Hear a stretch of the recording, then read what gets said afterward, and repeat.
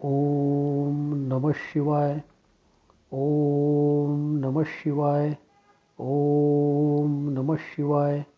ओम नमः शिवाय. ओम नमः शिवाय. प्रयागवेणी सकळाहराच्या पदारविंदी वाहती हरीच्या मंदाकिनी मंगलमोक्षकारी तुझ वीण शंभो मज कोण तारी. आज आपल्या कैलास राणा मालिकेचा 5वा भाग. मागच्या सोमवारी आपण शिवाच्या 5 रूपाची माहिती पाहिली. आज आपण उर्वरित 5 रूपांची माहिती पाहणार आहोत. 6. वीरभद्र. दक्ष राजाच्या घरी यज्ञ चालू असताना सती तिथे पोहोचली, पण त्या ठिकाणी महादेवाचा झालेला अपमान तिला सहन झाला नाही आणि तिने यज्ञकुंडात उडी मारून आपल्या देहाचा त्याग केला. ही बातमी शिवांना समजतात ते फार क्रोधित झाले आणि त्यावेळी भगवान शिवाने वीरभद्राला आपल्या केसातून प्रकट केले. वीरभद्राने दक्षाचे शीर कापले होते, पण नंतर देवतांनी केलेल्या प्रार्थनेनंतर भगवान शिवाने बकरीचे तोंड त्यांच्या धडावर ठेवून त्यांना नवीन जीवन दिले. 7. दुर्वासा मुनी. अनसूया आणि त्यांचे पती महर्षी अत्री यांनी पुत्रप्राप्तीसाठी खूप तपश्चर्या केली होती.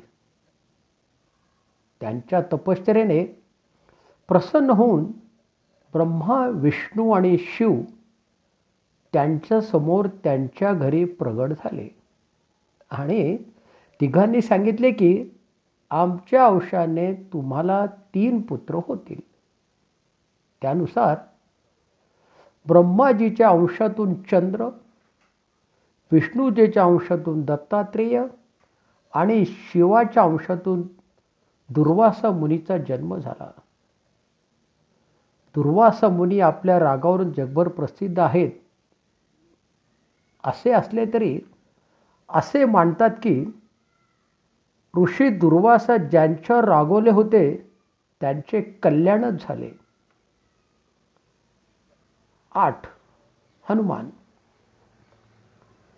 शिवपुराणातच हनुमान शिवाचा अवतार म्हणून उल्लेख आहे.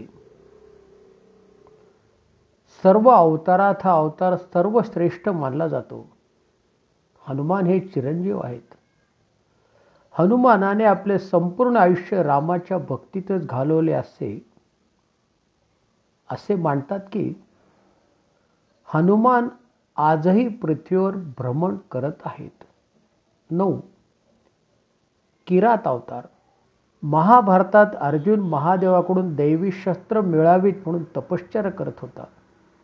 त्यावेळी अर्जुनाला मारण्यासाठी वराहाच्या रूपात एक असुर तिथं आला होता. अर्जुनाने वरावर बरोबर बाण सोडला. अगदी त्याच वेळी एका किरात वनवासीने वराहाला बाण मारला. दोघांचे बाण एकाच वेळी एकाच क्षणी वराहावर पडले. त्या वराहाचा ताबा मिळवण्यासाठी अर्जुन आणि किरात यांच्यात घनघोर युद्ध झाले आणि युद्धातील अर्जुनाचे शौर्य बघून शिव त्याच्यावर प्रसन्न झाले आणि त्यांनी अर्जुनाला दैवी शस्त्र बहाल केले. किरात हा शिवाचाच अवतार आहे. 10. अर्धनारीश्वर.